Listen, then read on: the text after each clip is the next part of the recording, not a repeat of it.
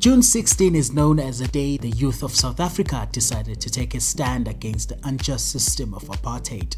The struggle for today's youth has shifted, but just what is it that young people want? We caught up with 3 interns of the Department of Public Enterprises who shared their struggles, mission, and told us how they want to move South Africa forward. The general view is that the youth is the future. Samantha says young people today enjoy more opportunities than they ever did in the past. And she believes that the decisions we make today will have an impact on the next generation. We're moving South Africa forward in the sense that we are hungry to gain information regarding what the government is up to. And more young people are applying for jobs. And they're not only just applying for your standard jobs, but they want to be involved in decision making. Okay, my biggest career struggle to date would be, competing against the youth. Jobs are so scarce. There are so many people that want to. There are so many people majoring in what I'm doing. I'm not the only IR politics graduate there is, and you have to promote yourself. My name is Matema Siabela from Strategic Planning, Monitoring and Evaluation Unit at the Department of Public Enterprises. The state of youth today is very bad. Youth is faced with socio-economic challenges such as high rate of unemployment, poor living conditions, and inequalities. Us as youth, we are supposed to be enjoying the fruits of our struggle, which our former anti-apartheid struggle leaders fought for.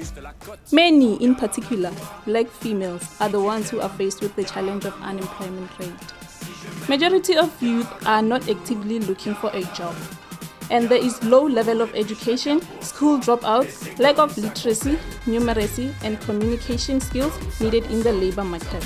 Us as youth, to move our country forward, we need to change our mindset of the government. We don't only have to come here for our own benefits or for the money and be greedy, which will turn us into being in the corruption system, but we work for the country so that we can move forward and other countries will know about us and interact with us more because of our expertise and our knowledge.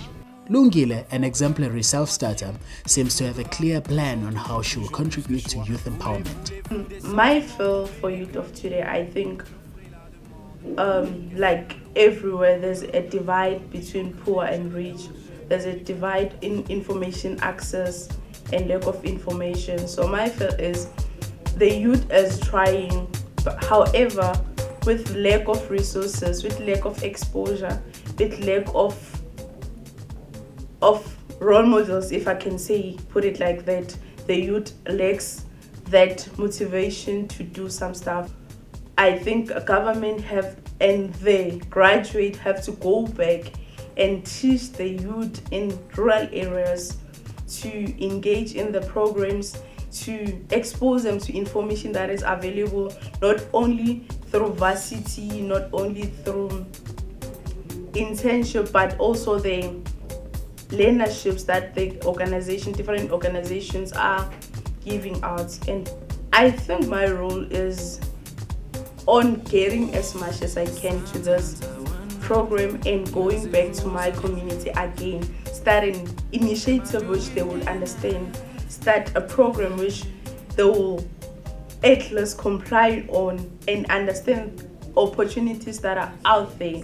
And my role again is to develop entrepreneurship, the skills, because it's not only through education that you can go forward, but entrepreneurship is needed, motivation is needed. I am hoping to start job creation. I'm hoping to be part of youth development in whichever way. Casting an eye back to the youth of 76 that opened doors for so many, a strong sense of patriotism is evoked with every mention of that group. The question for all of us now is, how do we move from here? Yeah.